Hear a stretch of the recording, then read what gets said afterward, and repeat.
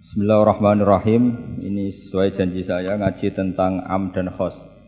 Annaul khamisu wal arbaun fi amihi wa khosihi. Jadi bagian dari ke-45 tentang am dan khos. Am artinya gini, satu lafadz yang maknanya itu mencakup apa saja yang bagian dari fardun min afrodi dzalikal am. Jadi kalau ada orang bilang Ja'al insanu, datang manusia, berarti manusia siapa saja, bisa sukunya macam-macam, agamanya macam-macam, asal kecelok atau tersebut sebagai apa? Manusia. Nanti kaitannya tentang hukum. Saya baca ya. Al-amu lafdun yastaghriqu as-soliha lahu min ghairi hasrin. Jadi yang dikatakan am adalah satu pilihan kata yang siapa saja atau apa saja bisa masuk tanpa dibatasi. Di sini dicontohkan oleh Imam Suyuti, kullu man 'alaiha fan. Setiap yang berdomisili di bumi pasti nanti fanin, semuanya akan apa? Rusak atau akan apa? Hancur atau musnah. Itu enggak ada pengecualian sama sekali. Tapi kemudian selalu ada problem am. Problemnya begini. Ada hal-hal yang oleh eksplisit ya, bukan sekedar implisit. Eksplisitnya nas itu dikecualikan. Nah, pengecualian itu bisa secara makna maupun secara mafhum. Misalnya begini, kamu punya aturan siapa saja enggak boleh masuk rumah ini. Itu kalau satpam kamu itu pinter, tentu otomatis tidak memasukkan aturan itu tidak termasuk untuk istri dan anak. Nah, nanti enggak boleh terus satpamnya bilang anaknya mau masuk, jangan. Kata bos saya siapa saja, kamu termasuk siapa saja. Atau contoh paling gampang itu istri sedang baik-baiknya ngomong sama suaminya, Mas, nak ingin apa rembuk sama saya, ingin apa saja rembuk sama saya. Ternyata, oh ya, ternyata rembukannya, saya ingin poligami. Wah, itu apa saja yang jadi masalah. Padahal kalimatnya kalau ingin apa saja rembuk dengan saya. Kira-kira kalau inginnya seperti itu, kira-kira masalah apa enggak? Geger kan? Nah itu termasuk apa saja apa enggak? Apa saja. Cuma yang itu jangan. Nah itu ada analisis ulama, sehingga analisis ulama itu mengatakan begini, fama min amin illa wa yatakhayyalu fihi takhsisu. Saya ulang lagi ya, fama min amin illa wa yatakhayyalu fihi takhsisu. Enggak ada lafadz am kecuali kebayang ada takhsisnya, kebayang ada pengkhususan. Karena ya otomatis itu otomatis. Kayak tadi misalnya sampean tak bilangin siapa saja enggak boleh masuk rumah saya. Tentu itu ada koridor hukum baik yang difahami secara implisit maupun secara tatanan sosial, bahwa itu tentu maksudnya itu orang lain. Tapi kalau gurunya, orang tuanya, anaknya, istrinya tidak akan masuk kaidah itu. Misalnya ya ayyuhalladzina amanu la tadkhulu buyutan nabiyyi illa yudana lakum. Wahai orang-orang yang beriman, jangan masuk rumahnya Nabi kecuali dapat izin. Tentu ayat itu bukan untuk Sayyidah Aisyah, bukan untuk Hasan Husain, bukan untuk Sayyidina Ali, bukan untuk Sayyidah Fatimah, karena mereka orang-orang yang otomatis boleh keluar apa? Masuk. Makanya itu enggak gampang ya, menyimpulkan hukum dari Al-Qur'an enggak gampang. Misalnya gini, wa ahallallahu bai'a, Allah menghalalkan jual beli. Tentu enggak pernah kebayang termasuk di situ adalah jual beli narkoba, jual beli yang menipu, jual beli yang merugikan orang. Jual beli ini yang parah lagi ini, provokator ini. Jual beli wong wedok kan. Itu. Nah, nggak bisa kamu nerjemah gini, Allah menghalalkan jual beli apa saja. Karena apa saja ini bahaya untuk kasus-kasus yang diharamkan Allah Subhanahu wa taala. Lah pengecualiannya gimana caranya? Pengecualian cara berpikir gini, yang dihalalkan Allah pasti yang baik. Jadi terjemahnya Allah menghalalkan jual beli yang baik. Nah, jadi makanya disebut di sini fama min amin illa wa yatakhayyalu fi takhsis. Tidak ada am kecuali prakteknya tetap ada takhsis, ada khusus. Misalnya gini, as-sholatu khairun maudu'un fa'aksir au aqillah. Salat itu selalu baik. Maka silahkan kamu memperbanyak salat atau pas-pasan au aqillah. Maksudnya salat sunat. Tentu itu mengecualikan sholat setelah subuh sampai matahari apa? terbit dan setelah asar sampai matahari terbenam. Padahal itu juga sholat, tapi dikecualikan dari yang disyariatkan. Misalnya Nabi zaman Sugeng sering ngendikan kamu boleh sholat di belakang siapa saja yang muslim. Tentu mengecualikan nggak boleh seorang perempuan ngimami seorang laki-laki. Padahal perempuan juga orang apa? Muslimah. Maka di sini ada trauma ya, ada trauma dari ulama sampai nggak mau belajar kaidah. Cari hukum-hukum yang detail, ibarat pasal-pasal kenegaraan ya sampai detail-detail ayatnya, penjelasannya. Karena kalau kaidah umum itu pasti repot. Misalnya sampai mengartikan Pancasila, sila ketiga itu apa? Persatuan Indonesia. Kan nggak bisa kamu artikan partainya harus sama, pilihan presidennya harus sama. Karena kalau beda namanya tidak persatuan. Ya tidak bisa seperti itu karena kalimat itu pasti bias. Nah, makanya fama min amin illa wa yatakhayyalu fihi takhsisu. Tidak ada am kecuali ada taksis. Di sini dicontohkan hurrimat alaikumul maitah, diharamkan pada kalian makan bangkai. Kamu tahu maknanya bangkai? Bangkai adalah hewan yang mati tanpa bidzakatin syar'iyyin, tanpa penyembelihan secara syarak. Ada enggak pengecualinya? Ada, ikan laut. Ikan laut itu kan matinya tidak karena disembelih. Halal apa enggak? Halal. Artinya kata hurrimat alaikumul maitah diharamkan pada kalian bangkai, ternyata ada pengecualian, yaitu as-samaku wal jarad, belalang dan apa? Ikan laut. Nah, itu masih banyak lagi. Makanya terus dibabkan faslun fi amihi wa khosihi, bab menerangkan ayat atau qaulullah yang am, yang umum dan yang khos, yang khusus. Nah, untuk memastikan itu ya mau tidak mau memang harus belajar. Kalau nggak belajar nggak bisa yang ngikuti ulama. Biasanya ya nggak mau belajar ya nggak mau ikut ulama, itu yang jadi masalah kan. Karena ikut juga gengsi. Apalagi yang diikuti kubu sebelah biasanya masalah itu. Nggak boleh dalam ilmu Quran, nggak boleh seperti itu. Sebab itu bab ini diteruskan oleh Imam Suyuti fi mujmalihi wa mubayyinihi. Ayat yang mujmal dan mubayyinnya, penjelas dari mujmal itu. Misalnya begini, yang dikatakan puasa itu apa coba? Enggak, ini latihan jadi ahli fikih. Yang dikatakan puasa itu apa coba? Menahan. Umumnya orang kan menahan lapar dan minum dari fajar shadiq menjadi sampai terbenamnya matahari. Nah, sekarang pertanyaannya kalimat menahan lapar dan haus itu maknanya itu kan sebetulnya masih salah. Redaksi itu salah. Karena juga nggak boleh hubungan intim, nggak boleh memasukkan apa saja ke lubang dan sebagainya. Terus lalu batasannya sampai matahari terbenam. Ada beberapa daerah yang terbenamnya matahari itu tidak wajar. Sampai misalnya siangnya itu 22 jam. Atau kebalikannya, nggak ada matahari terbit, nggak ada matahari tenggelam, kayak di kutub. Sehingga saya berkali-kali bilang, ulama Indonesia itu kenapa alim? Itu ya diantara faktornya itu ada unsur kebetulan. Sehingga dia katakan hoax. Coba kalau kamu jadi ulama di kutub, terus cerita, baca takrib di sana. Awal waktu sholat subuh itu dimulai dari tulu'ul fajri shadiq sampai terbitnya matahari. Orang kutub mesti tertawa-tawa, mataharinya mana bah? Waktu zuhur adalah ketika matahari agak tergelincir ke arah barat dari garis tengah. Wah, yang bener aja. Enggak ada matahari kok semua ukurannya matahari.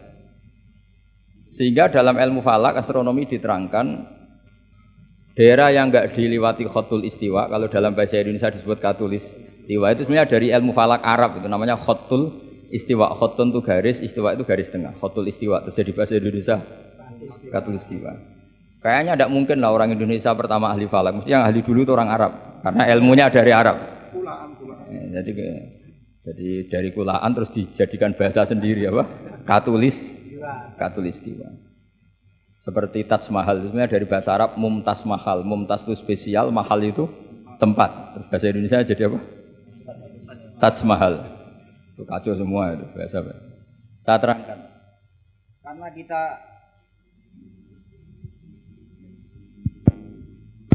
Karena kita ngaji di Indonesia, kebetulan Indonesia termasuk daerah yang dilewati apa? Khatulistiwa, sehingga waktu kita normal, trennya ya 12 sama berapa? 12. Nanti ada masalah itu misalnya kamu tadi di kutub, lalu puasanya gimana? Apa dikonversi, tetap polanya 16 jam, terus konversi per antar sholat itu kira-kira berapa apa? Jam? Taruh saja misalnya kamu sudah zuhur jam 12, ya trennya asarnya ya jam 3. Kan nggak mungkin habis zuhur jam 12, asarnya jam 1. Karena polanya tafawutnya antara zuhur dan apa? Asar itu 3 jam. Setelah zuhur sama asar sama maghrib polanya juga 3 jam. Maka yang seperti ini mau tidak mau harus ada pengecualian. Ketika Rasulullah misalnya ngendikan waktu asar itu khina yakunu dhillus syai' mislahu terus waqalilan misalnya. Waktu asar dimulai apa? Dhillus syai' mislahu. Jadi kalau sesuatu 1 meter bayangannya 1 meter. Lah pas lebih sedikit itu berarti sudah waktu asar. Kan gitu ukuran dulu kan enggak pakai jam. Ya. Terus habisnya waktu asar setelah matahari terbenam. Tentu dawuhnya Nabi seperti itu momentumnya di mana? Di daerah yang dilewati Khatul Istiwa. Karena yang tidak dilewati Khatul Istiwa tidak ngalami ada matahari terbit, terbenam dan zawalus samsi. Makanya tadi itsma min amin illa wa yatakhayyalu fi takhsis, sudah ada am, tidak ada kaidah umum kecuali sebetulnya pasti ada khusus. Ya kayak tadi. Mas kowe kepen opo ae tak dukung. Wah, terus aku yo pengen wayo wis taqabbal wa minkum taqabbal ya karim. Padahal kalimatnya apa? Apa saja. Tapi jangan lagi-lagi tentang itu. Kamu enggak bisa bantah, kan apa saja. Oh, dasar orang goblok kok pahaman kan mesti gitu, malah masalah besar itu. Sehingga di Quran itu selalu ada seperti itu. Misalnya ya sama lah, misalnya nikahi perempuan siapa saja yang kamu cintai. Ya tentu cinta yang kamu cintai itu tidak memasukkan ibu dan adik. Karena itu mahram apa? Pasti ada, orang pasti paham. Boleh menikahi perempuan siapa saja yang kamu cintai, asal muslimah, asal sholat. Secara kaidah asal muslimah, asal sholat kan memasukkan ibu dan saudara kandung atau adik kandung. Tapi kan nggak kebayang dalam nikah seperti itu. Jadi otomatis ada istisna. Makanya ini perlu dicatat ya, makanya jangan sering dalil ayatnya begini berarti memasukkan apa saja, tidak bisa. Itsma min amin illa wa yatakhayyalu fihi takhsis. Enggak ada ayat umum kecuali prakteknya ada takhsis, ada kekhususan. Jelas ya? Apa saja? Misalnya gini, bohong itu haram. Ya pasti tidak semuanya. Ada bohong itu wajib. Ada perempuan dikejar-kejar sama begal mau diperkosa, terus sembunyi di rumah kamu. Kamu wajib jujur apa wajib bohong? Wajib jujur apa wajib bohong? Wajib bohong. Kalau kamu jujur namanya kebodohan. Bukan. Pak, cawe dok mau ning ndi? Monggo teng mriki kula dudono. Itu tidak jujur, itu goblok gitu. Ya ingat ya kaidahnya itsma min amin illa wa yatakhayyalu fihi takhsis. Sudah itu aja dihafalkan. Nanti sudah pinter sendiri itu. Sudah itu aja. Apa? Itsma min amin illa wa yatakhayyalu fihi takhsis. Enggak ada kaidah umum kecuali di situ tersimpan takhsis atau aturan-aturan khusus yang terkecualikan. Itu pasti, itu otomatis. Karena enggak kebayang bahasa itu mewakili semua, itu enggak kebayang. Misalnya ada pembantu mesti dibilangin gini sama penyalurnya, ya kalau disuruh majikan apa saja turutin ya, disuruh ngelayani ya saja apa turutin, terus ngelayani diranjang ya taqabbalallahu minna minkum kan, tetap nggak bisa, kayak lafadz itu nggak bisa. Kalau majikan kamu ingin apa saja turutin, tentu tidak memasukkan hal-hal yang dilarang agama. Itu juga misalnya mahasiswa, sama dosen nurut ya perintahnya apa saja ya apa saja yang dibolehkan, maksudnya bukan apa saja secara bebas. Nah itu di Quran juga gitu. Kalau ada ayat apa saja, sebetulnya di situ pasti ada apa? Takhsis ya, jelas ya. Itsma min amin illa wa yatakhayyalu fihi takhsis. Sehingga susah sekali cari umum yang tetap maknanya umum. Sekarang misalnya pertanyaannya lagi, ini ada beberapa kaidah. Qad yaqa'u tabyinu muttasilan nahu minal fajr ba'da qawli al khaitul abyadu minal khaitil aswad. Ini lebih susah lagi. Lebih susahnya gini. Di Quran itu ada beberapa lafaz yang maknanya itu tidak semestinya. Saya ulang lagi, di Quran itu ada beberapa lafaz yang maknanya itu dari awal tidak semestinya. Nah, tidak semestinya ini oleh ulama ahli sastra Arab, ahli balaghah kalau dalam bahasa Arab disebut tasbih. Apa? Tasbih. Jadi kalau orang Arab sebetulnya ya sama, orang Arab, orang Indonesia sama dalam pemaparan sama. Kalau Zaid itu agak ganteng, agak yang gantengnya agak. Itu orang Arab bilang itu Zaidun kal qamar. Zaid itu ibarat rembulan. Tapi kalau ganteng sekali dan susah ditandingi, itu orang Arab akan bilang Zaidun qamarun. Zaid itu rembulan. Sehingga dalam kitab-kitab madaih, kitab-kitab yang memuji Nabi itu disebut anta samsun, anta badrun. Engkau ibarat matahari, engkau ibarat rembulan. Itu adat tasbihnya, kata seperti dibuang. Apa kata seperti? Dibuang. Sama di Indonesia juga sama, kalau orang ahli orasi ilmiah yang ketika orasi itu kendel sekali, apalagi zaman revolusi, ketika ada orasi yang menggelegar disebut singa podium. Tidak seperti singa, tapi langsung dikatakan singa podium. Itu ada tasbih, namanya dalam bahasa Arab disebut apa? Tasbih. Nah problemnya, ada beberapa ayat yang dari awal Allah menggunakan itu tidak untuk makna semestinya, tapi untuk apa? Tasbih. Tasbih itu ya tadi hanya menyerupakan, berhubung sesuatunya detail, adat tasbih, kata seperti itu dibuang. Misalnya gini, inna min azwajikum wa auladikum aduwwal lakum. Istri kamu, anak kamu itu musuh kamu. Oh, itu kan ngeri, masa anak sama istri dikatakan musuh? Nah, tentu itu ada proporsinya. Ketika anak istri kita tidak menopang kesalehan kita, tidak menopang ketaatan kita, maka perilakunya sebagaimana musuh. Tapi ketika mereka baik, benar-benar baik, kata Nabi, sebaik-baiknya pemberian dari Allah dan sebaik-baiknya mata udunya adalah almaratus sholihah, wanita yang sholihah, yang membantu kamu menjadi orang baik.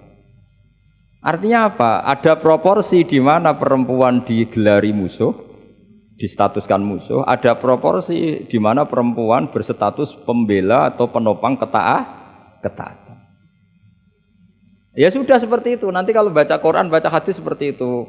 Di mana wanita dipuji maknanya kayak apa, ketika dikritik maknanya kayak apa. Lelaki juga gitu sama. Sehingga banyak ulama yang merumuskan hubbul mal misalnya, mencintai harta. Itu hukumnya gimana? Ya kalau untuk kebaikan ya baik, kalau untuk keburukan ya buruk. Nah, makanya innama amwalukum wa auladukum fitnah. Harta kamu, anak kamu itu ujian. Nah, ini penting sekali dikenalin sehingga Quran itu tidak saling bertabrakan. Ya, Quran itu tidak saling bertabrakan. Di ayat ini perempuan dipuji, di ayat ini perempuan dikritik. Misalnya tadi inna min azwajikum wa auladikum aduwwal lakum, tapi ada ayat fassolihatu qanitatun hafidzatul lil ghaibi bima hafidza. Perempuan itu luar biasa, penjaga kedamaian, penjaga kehormatan, itu luar biasa dipuji. Ya tentu dalam konteks yang layak dipuji. Kalau sedang dikritik ya dalam konteks yang layak dikritik. Artinya pujian ini bukan cek kosong tanpa pengecualian, dihujat atau dikritik juga tanpa cek kosong tanpa pengecualian. Lagi-lagi kaidahnya itsma min amin illa wa yatakhayyalu fihi takhsis. Tidak ada lafaz umum kecuali di situ terbayang ada kekhususan. Ya jelas ya. Jadi nah kemudian kekhususan itu gimana? Kalau dalam ilmu fikih disebut menghilangkan masodak. Masodak itu pokoknya ini tak pakai bahasa asli ya, biar nanti habis ngaji itu keren. Ini pasti pakai bahasa asli yang di usul fikih. Masodak itu satu nama yang mencakup sesuai kriteria definitif lah kalau dalam bahasa inteleknya ini. Misalnya gini, ini coba pegangin. Ini yang dikatakan tangan ini sampai ini kan, ini semuanya tangan. Nah ini namanya mujmal. Kata Rasulullah misalnya kalau kamu wudu, basuhlah tangan kamu. Tapi secara sanad kita sampai Rasulullah basuh tangan itu sampai sini saja. Ya kan? Itu di bab wudu sampai siku saja. Tapi sikunya terbasuh loh ya. Jelas ya, padahal ini juga tangan. Tapi di bab qat'u yadis sarik, di bab memotong tangannya pencuri, wasariqu wasariqatu faqta'u Aydiyahuma, orang kalau mencuri dalam ajaran Islam atau negara Islam dipotong tangan. Segini apa hanya segini? Sampai gelang kaki apa mata ini namanya? Pergelangan apa sampai sini? Pergelangan. Padahal kalimatnya ya faqta'u aydiyahuma, maka potonglah tangannya. Tapi ternyata di bab potong tangannya pencuri di negara Islam hanya pergelangan, tapi di wudu sampai siku. Lalu kalau mau tanya ukurannya apa Gus? Ya itu ukurannya ngaji tadi. Ya ukurannya ngaji memang nggak bisa dijelaskan. Kalau nggak paham jangan protes terus. Ya sudah seperti itu. Apalagi misalnya di Quran disebut jika kamu tahallul dari haji maupun umroh, mukhallikina ru'usakum, itu lafadznya mukhallikina ru'usakum, memotong kepala. Masa setelah haji dibantai kan enggak? Nah itu ru'us di situ itu dengan makna apa? Rambut. Lalu pertanyaannya harus semua apa sebagian? Nah itu kan masalah. Nah itu namanya mujmal. Mujmal itu lafadz yang umum, masodak kalau dalam bahasa Arab. Kemudian kita mencari-cari sanad. Saya ulang lagi, kita mencari-cari sanad sampai Rasulullah dulu beliau maknanya kayak apa. Akhirnya ternyata Rasulullah kalau tahallul ada yang gundul, pelontos, didoakan sampai 3 kali, Allah marhamil muhallikin. Terus sahabat pada usul, wal muqassirin ya Rasulullah. Masyhur itu kan, ya Allah semoga orang yang cukur gundul engkau beri rahmat yang banyak. Sahabat yang enggak mau gundul usul, wal muqassirin juga yang cukur apa? Pendek. Nabi masih ngulang lagi, wa marhamil muhallikin. Mereka protes lagi, wal muqassirin ya Rasulullah, tapi Nabi masih enggak mau ngendikan apa?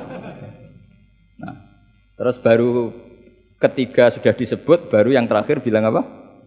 Wal muqassirin juga yang cukur pendek. Lalu ukurannya apa? Imam Syafi'i milih qadru'un mulatil asbu, sekadar apa? Ujungnya apa? Jari. Sehingga pokoknya kira-kira segini. Jumlahnya minimal berapa? 3. Nah seperti itu mau tidak mau lafadz itu mujmal. Kita tidak pernah bisa tahu tanpa sanad ke Rasulullah Shallallahu Alaihi Wasallam. Karena Nabi yang punya otoritas litubayyina linnasi ma nuzzila ilaihim. Kamu Muhammad yang punya otoritas menjelaskan apa yang saya turunkan. Karena kalau tanpa Nabi tidak bisa. Misalnya Allah hanya ngendikan wa yuqimunas shalat. Orang baik adalah yang mendirikan sholat. Jumlah rakaatnya kamu tahu tanpa Nabi? Enggak tahu kan, mana yang wajib, mana yang sunat juga enggak. Makanya ketika ada orang mau belajar sholat sama Nabi, kata Nabi sudah di sini aja nginep kan. Terus kamu sholat terus di belakang saya. Setelah 3 hari nginep, Nabi ngajarinya mau gini dok, sallu kama ra'aitumuni usolli, ya sudah niru saya. Jadi Nabi nggak pernah ngajar kayak di kampus-kampus nulis, terus nerangin itu ndak. Kalau ada orang belajar sholat, ya Rasulullah saya ajarin sholat sebagaimana sholat engkau. Ya sudah nginep di sini 3 hari, kamu sholat di depan. Ya sudah, terakhir mau boyong, Nabi hanya ngendikan sallu kama ra'aitumuni usolli, ya sudah kamu sholat kayak saya. Ketika musim haji juga gitu. Orang disuruh haji, kata Nabi, apa saja yang saya lakukan dilihat ya. Ya Rasulullah. Setelah selesai haji, Nabi hanya ngendikan litakhudhu anni manasikakum apa? Litakhudhu anni manasikakum, ya sudah kamu mengambil cara ibadah haji dengan melihat saya. Nah, cara-cara seperti itu sebenarnya lebih efisien ketimbang tag. Karena kalau tag itu bias. Sudah bias, kalau umum mesti potensi taksis, ya potensi apa? Taksis. Ya jelas ya. Jadi ini saya teruskan lagi ya. Misalnya at-talaqu marratan. Yang dikatakan cerai ini termasuk contohnya lagi, ini saya beri contoh. At-talaqu marratan, talak itu ada 2. Itu benar apa salah? Di Quran loh. Talak ada 2 benar apa salah? Cara fikih salah karena menurut fikih talak itu 3. Ya saya ulang lagi ya, di Quran kan istilahnya at-talaqu marrotan, tolak itu 2. Salah apa benar? Salah secara fikih, karena secara fikih tolak itu 3. Maka cara memahami gimana? At-tolaqu marrotan, talak itu hanya 2 dalam konteks yang boleh kembali. Karena setelah 3 itu enggak boleh kembali lagi sampai si istri dirasakan orang lain. Nah, namanya apa? Muhallil. Nah, Akhirnya orang ulama itu mulai trauma, memahami ayat mulai trauma. Traumanya karena setiap satu kalimat atau satu frase atau satu qodiyah kalau dalam bahasa Arab itu mesti duduknya beda-beda, duduk perkaranya beda-beda. Di bab wudu tangan itu sampai siku. Di bab qot'u yadis sarik memotong tangan pencuri hanya sampai pergelangan. Ya sudah kalau tanya cara tahu gimana yang ngaji sudah nggak bisa itu jelaskan. Apalagi sebulan sekali gini wah tambah. Ya ngaji puluhan tahun saja tidak mesti alim apalagi sebulan apa? Sekali. Makanya itu bisa dipakai alasan. Kenapa ada alim? Kan sebulan sekali. Jadi kalau ditanya kenapa ada alim kan apa? Sebulan sekali. Itu kan salahnya Gus Ba, tidak mau ngajar tiap hari gitu. Ya jadi jelas ya. Jadi semua itu ada proporsinya. Misalnya ada ayat lagi la tudrikuhul absor. Keyakinan orang mukmin nanti di surga itu melihat Allah apa enggak? Enggak keyakinan umumnya yang hadir di sini. Melihat kan? Tapi ada ayat la tudrikul absor. Allah itu tidak bisa tersentuh, bisa diliput oleh pandangan mata. Padahal di sebagian ayat wujuhu yauma idzin nadhirah ila rabbiha nadhirah. Orang-orang baik adalah wajahnya bersinar, nadhir itu maknanya bersinar pakai dot, ila rabbiha nadhirah dan wajah-wajah itu nanti melihat Allah. Akhirnya yang pakai dot ya. Jadi kalau pakai dot itu apa? Bersinar, wujuhu yauma idzin nadhirah terus apa? Ila rabbiha nadhirah. Nah. Akhirnya ulama cara berpikir gini. La tudrikuhul absor wa huwa yudrikul absor wa huwal latiful khabir. Meskipun kita melihat Allah itu tidak mungkin ikhatah. Ikhatah itu terus paham detail. Ya, paham apa? Detail. Karena bagaimanapun Allah itu qadim. Qadim itu la yutakayyaf. Enggak kebayang. Apapun hebatnya kita, perangkat kita ini semuanya profan, semuanya hadis. Sementara Allah adalah zat yang tidak terbatas. Sehingga ya sudah kita tidak akan melihat secara utuh, secara sempurna sampai kita paham. Tapi seperti itu sudah bisa dikatakan melihat. Paham ya? Misalnya Anda melihat Merapi dari jauh, sudah bisa dikatakan melihat. Tapi jangan disuruh detail, pohonnya apa saja. Nah itu kan nggak ngerti detail. Ya kira-kira gambarannya seperti itu. Jadi la tudrikul absor ada makna khususnya, yaitu sampai menguasai, sampai memahami. Ila rabbiha nadhirah ya melihatnya sampai apa sih kira-kira? Ya sudah seperti itu. Makanya semua kalimat ketika semua ulama, semua kalimat itu proporsional. Kamu bilang mencintai istri, sama ibu ya bilang mencintai. Saya teman yang kamu cocok ya mencintai. Lalu makna mencintai itu gimana coba? Mencintai ibu ada maknanya sendiri, mencintai istri ada maknanya sendiri, terus mencintai simpanan ini yang repot. Itu maknanya juga sendiri lagi. Mencintai teman sendiri lagi, mencintai uang maknanya ya semuanya dengan kata mencintai. Misalnya orang mukmin disebut walladzina amanu asyaddu hubbalillah, orang mukmin itu sangat mencintai Allah. Kalau mencintai Allah itu dengan mencintai manusia itu beda. Aturannya juga beda. Kata para ulama kalau Allah itu suka kalau dimintai. Tapi kalau kamu mencintai seseorang, kamu sering minta, wah itu istaqabbalallahu minna. Jadi Allah itu suka apa? Allahu yaghdabu in tarakta su'alahu wa banu adama yaghdab. Jadi Allahu yaghdabu in tarakta su'alahu. Allah justru tersinggung kalau orang yang mencintai dia kemudian tidak sering-sering minta. Tapi kalau Bani Adam semakin sering dimintain malah nafsu ya, malah tersinggung, malah capek. Jadi sama-sama kalimatnya juga mencintai. Nah bayangkan Quran itu seperti itu. Min awali hatta akhiri, lafadz ini semua proporsional. Apa? Semua itu proporsional. Sehingga cara maknani gimana ya tadi? Ada am, ada khos, ada mujmal, ada muqayyad. Makanya kita akan selalu berdebat misalnya, ya selalu, saya ulang lagi, selalu berdebat. Madhab kiblat itu sebetulnya harus persis apa enggak? Ya tadi saya seperti ngaji saya kemarin. Kalau dalam konteks Indonesia asal kelihatan ke barat ya sudah keceluk madhab apa? kiblat. Karena kalau detail, saya ulang lagi, kalau detail berarti semua masjid itu maksimal luasnya hanya 18 meter. Karena Ka'bah diameternya hanya 18 meter. Sekali yang di ujung sana, wah pasti melencengnya jauh itu. Jangan-jangan yang melenceng pas imamnya malah. Karena kalau Ka'bah 18 meter yang ujung sana berarti imam yang di sini, oh bisa sampai Ethiopia gitu. Ya kan? Nah, itu kalau harus detail juga Ka'bah orang sholat harus cekung. Nah kalau cekung bisa menuju ke satu titik. Di mana ada ajaran masjid apa? Cekung.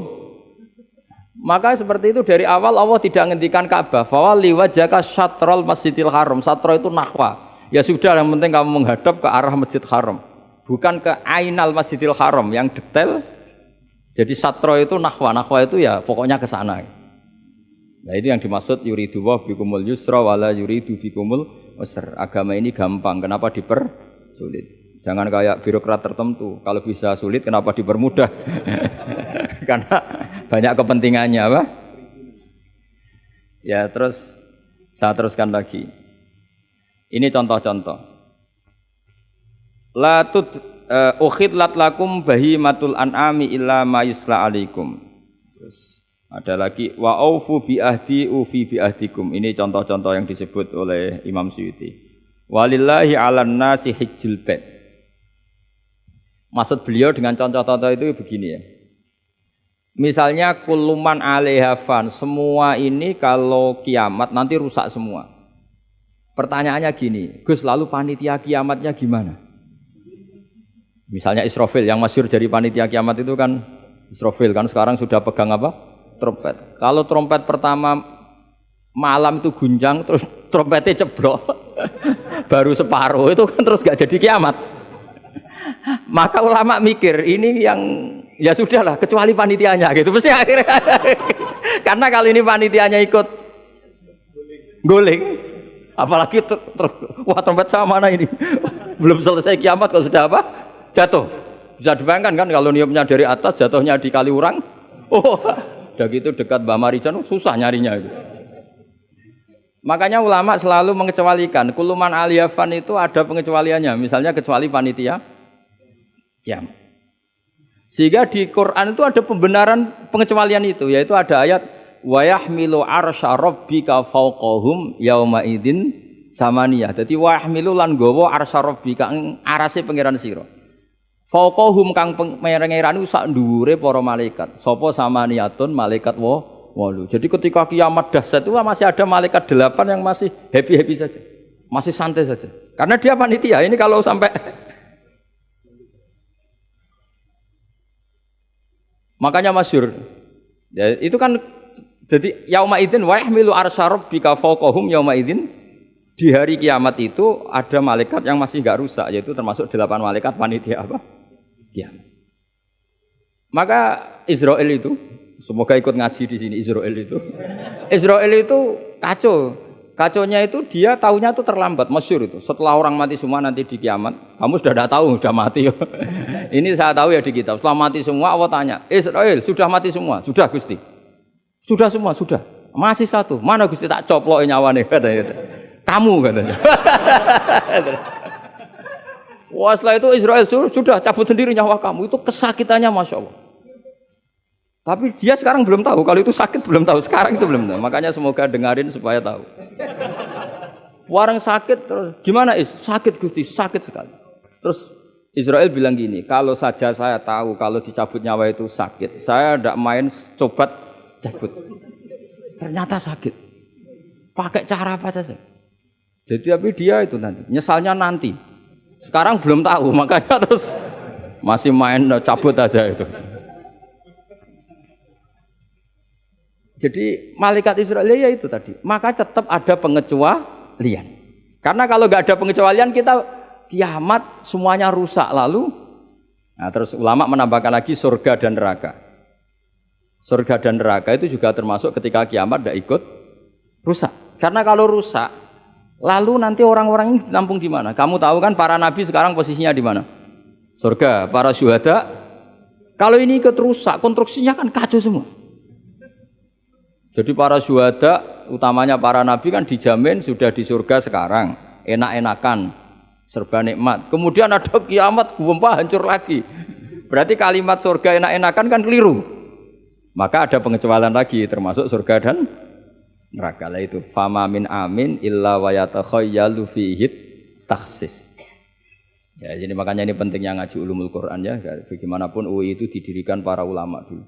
Mulai dari ulama NU, Muhammadiyah semuanya ikut mendirikan apa? UI. Dulu yang mendirikan ya Kiai Haji Wahid Hasyim, Mas Mansur dari Muhammadiyah semuanya ulama. Harusnya sekarang ya selalu punya ulama harusnya.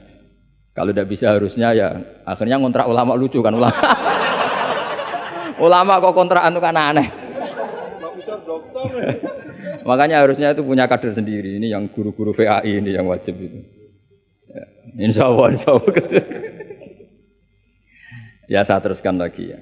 Jadi lafaz-lafaz yang butuh penjelasan kayak ihdinas siratal mustaqim, tunjukkan kami jalan yang lurus. Tentu butuh penjelasan. Penjelasannya apa? Siratal ladzina an'amta 'alaihim, jalan mereka yang telah Engkau beri nikmat. Juga sama walillahi 'alan nasi hijjul bait. Semua manusia diwajibkan Allah haji. Lalu kan tidak mungkin semua manusia punya kemampuan. Akhirnya diberi penjelasan manistata'a ilaihi sabila, yang punya kemampuan ke sana. Jadi itu menunjukkan dari sekian kalimat itu kata Imam Suyuti pentingnya mengkaji, kalau mengkaji am harus sekaligus mengkaji mukhassisnya yang menentukan kalimat itu. Kalau ngaji mujmal lafadz yang bias langsung mengkaji mubayyinnya, penjelasannya kayak apa. Ibarat pasal-pasal di KUHP lah. Kalau belajar pasalnya harus belajar ayat-ayatnya supaya tahu detail. Kalau ndak ya kayak tadi persatuan Indonesia berarti bikin partai yang berbeda melanggar Pancasila karena silanya persatuan. Oh ya kacau kalau gitu. Nah kira-kira seperti itulah lafadz am kalau difahami liar ya kira-kira kayak seperti itu. Makanya saya berharap jangan mudah menvonis karena ndak segampang itu. Misalnya Nabi sering ngendikan laisa minna man khasyana, tidak termasuk umatku orang yang menipu. Ya ternyata ketika menipu itu tidak perilaku atau cerminan sebagai umatnya Nabi, tapi ya dalam hal menipunya saja. Tapi kalau ketika dia pas sholat, pas zakat, pas baik, ini cerminan umatnya Nabi. Jadi laisa minna efitil kal khoslah, itu semua ulama menafsirkan efitil kal khoslah. Dalam hal itu dia tidak cerminan umatnya Nabi. Tapi di hal-hal yang lain cerminan umatnya Nabi. Karena tetap famay ya'mal mithqala dzarratin khairan yarah wa may ya'mal mithqala dzarratin syarran yarah. Artinya yang baik ya baik, berarti cerminan umatnya Nabi. Misalnya kayak orang tukang nipu, tapi ternyata ya tukang sholat, tukang zakat, tukang puasa, ya sudah pas tukang baik cerminan umatnya Nabi, pas tukang buruk ya cerminan temannya setan lah kira-kira gitu. Tapi jangan langsung wah sudah ini setan tok, ya keliru kamu, dia kan punya sisi baik. Ya sudah seperti Quran saja, baik ya roh, syarron ya roh, artinya semuanya ada catatannya sendiri. Fa may ya'mal mithqala dzarratin khairan yarah wa may ya'mal mithqala dzarratin syarran yarah. Ini saya baca lagi ya. Qala Ibnul Hassar minan nasi man ja'alal mujmal wal muhtamil bi izai syai'in wahid. Qal was-shawab annal mujmal al-lafdhu al-mubham alladhi la yufhamu al-muradu minhu. Wal muhtamil al-lafdhu al-waqi' bil wad'il awal. Ya, kalau mujmal itu lafadz yang global. Kalau muhtamil itu lafadz yang kayak iya kayak tidak. Saya ulang, kayak iya kayak tidak. Kayak iya kayak tidak itu imma karena bias, wa imma karena konteks. Saya beri contoh misalnya gini, saya punya pembantu ya, kalau dalam tradisi kiai itu punya anak dalam, terus bilang gini, "Jong tamunya kasih kopi." Ya pagi-pagi ada tamu, saya bilang, "Jong tamunya kasih kopi." Ternyata tamunya itu perempuan atau orang yang enggak ngopi. Kemudian disuguhi teh. Pertanyaannya, anak dalam ini melanggar apa enggak? Tidak, karena kata kopi itu sebenarnya mewakili kata alat untuk menghormat tamu. Cuma saya sebagai kiai adalah elingnya itu kopi. Jika kopi itu bukan ibaratun anil kopi, anil kohwa, tapi ibaratun amma yukri bihid doifa. Itu memang harus ngaji. Seperti itu kalau enggak ngaji enggak bisa. Saya melafatkan kopi itu adalah implementasi dari yang penting ada yang nyugati, bukan dengan makna kopi hitam.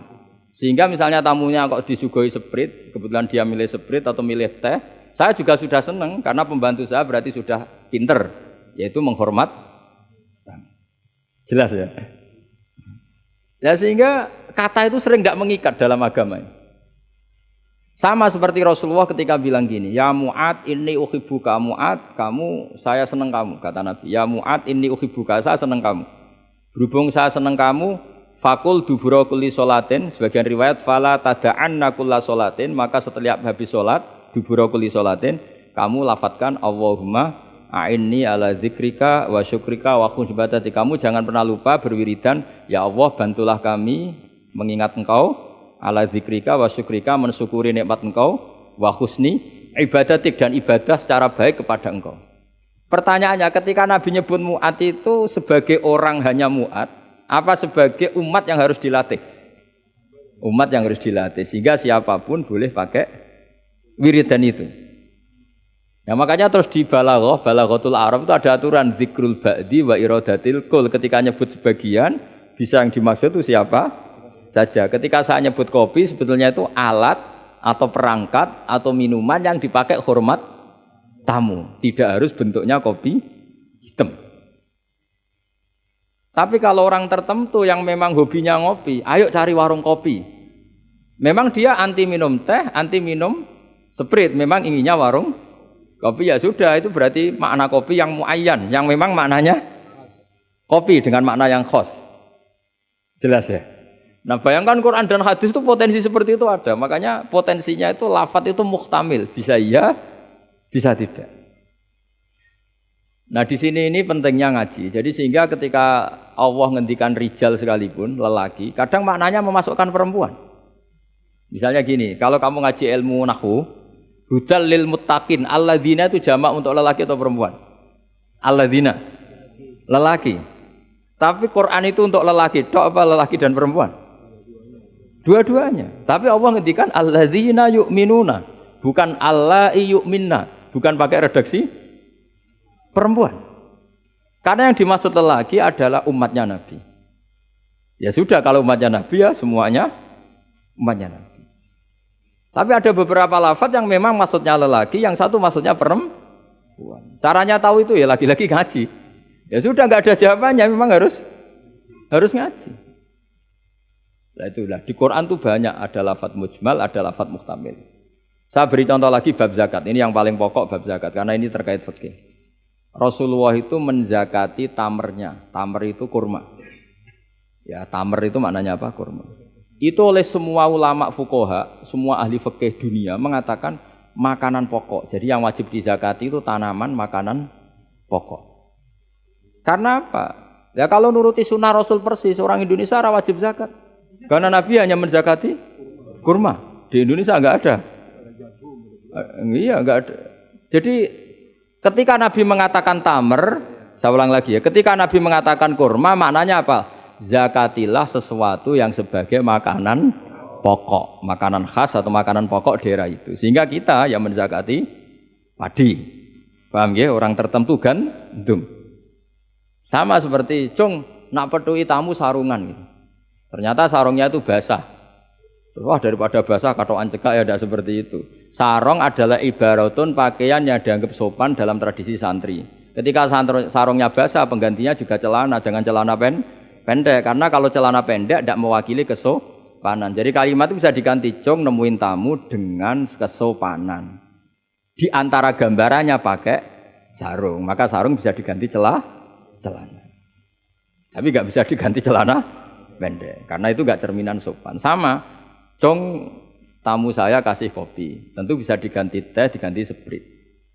Paham ya? Tapi nggak bisa diganti toa, paham ya? Karena itu nggak cerminan, jenisnya terlalu jauh, apa? Jenisnya apa? Terlalu jauh. Ya, jadi ini jelas ya.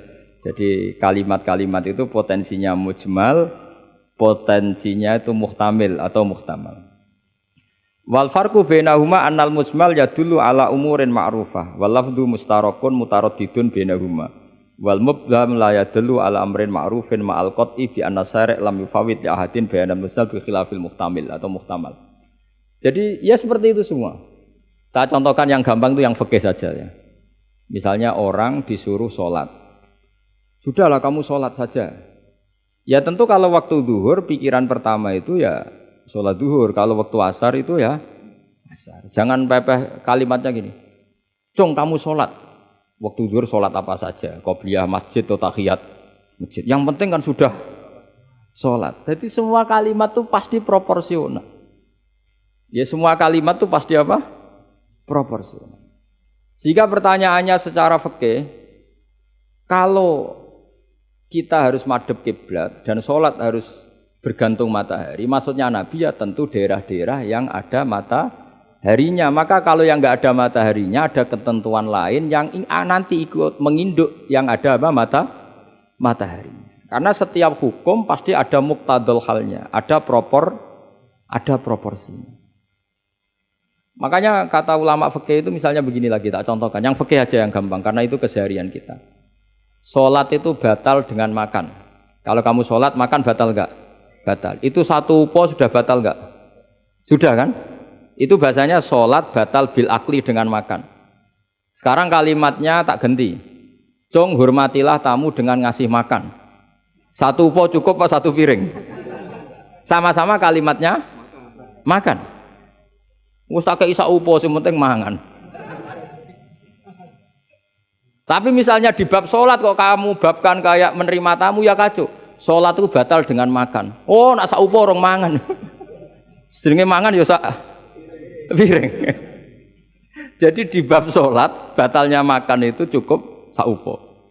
Tapi di bab hormat tamu minimal sak piring. Kalimatnya sama-sama makan. Sama seperti yang saya ceritakan tadi, di bab wudu tangan itu sampai siku. Di bab kotu ya disarik hanya pergelangan. Padahal ayatnya ya tangan faktou aidiyahuma. Padahal pergelangan bahasa Arabnya itu ku apa? Alku. Itu bab-bab yang oleh ulama disebut nanti kalau kamu ngaji Quran, kamu harus hati-hati karena ada lafadz mujmal, ada lafadz muhtamal, ada am, ada khas. Ya saya kira demikian, nanti pengajian berikutnya nanti apa dicari, nanti tak umumkan pas ngaji aja. Assalamualaikum warahmatullahi wabarakatuh.